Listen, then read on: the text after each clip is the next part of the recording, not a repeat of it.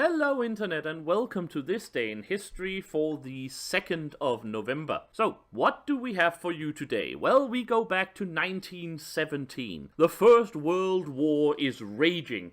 Britain is at war with, amongst others, the Ottoman Empire, which of course was in the process of strongly breaking down at the time, eventually becoming modern Turkey, but Ottoman Empire at this time still basically held most of the Middle East, and of course the British had been warring against them so much that they had basically, with the help of the local Arab tribes, hello Lawrence of Arabia, mostly managed to cover that area and in fact basically taken it over. It would be inevitable that after the war this area would be controlled at least to a certain degree by the winners of the war, which at this point looked more and more likely to be Britain and its allies, America and France and Italy. Most of all, since Russia had basically been annihilated and was now in the process of complete reform into the Soviet Union. However, on this day, on the 2nd of November, one of the things that the British government put in work was the Balfour Declaration. The Balfour Declaration is, of course, the moment when the British government basically told the Jews of the world,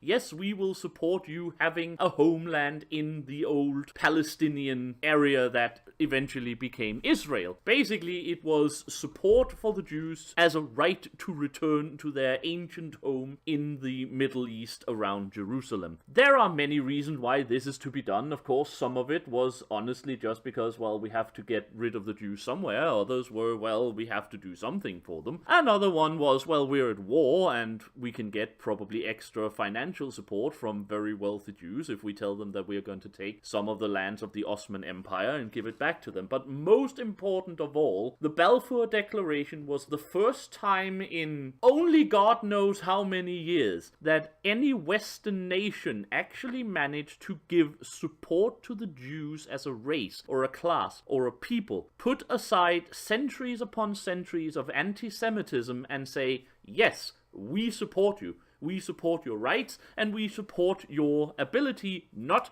to be considered for programs every 50 or so years when some religious or political fanatic whips up sentiment against you. Of course, with everything later that has happened with Israel and the Palestinians and the whole Middle East in question, the discussion could be made whether or not the Balfour Declaration was in any way the best idea possible for the British. But of course, it's a product of its time, and there was no way in 1917 to predict the history of the next 100 years. Also, whether or not you agree with the Zionists, or whether or not you agree with the very existence of Israel, there is very little doubt that this is a moment of great historical significance. This was the first time that the powers of the world, or at least the temporal powers of the world, took the Jews and made them into a race of people or a class of people that was protected equally with the rest of the population. This was, of course, not entirely true. Several nations had already done that by de facto politics,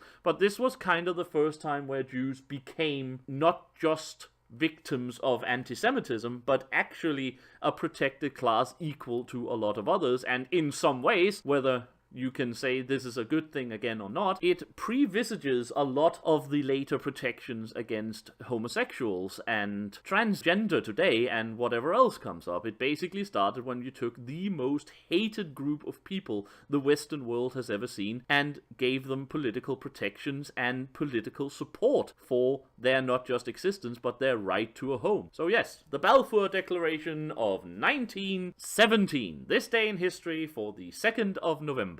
I hope this has been of some interest to you. Until next time, I have been the Sage, and I wish you all a very happy day.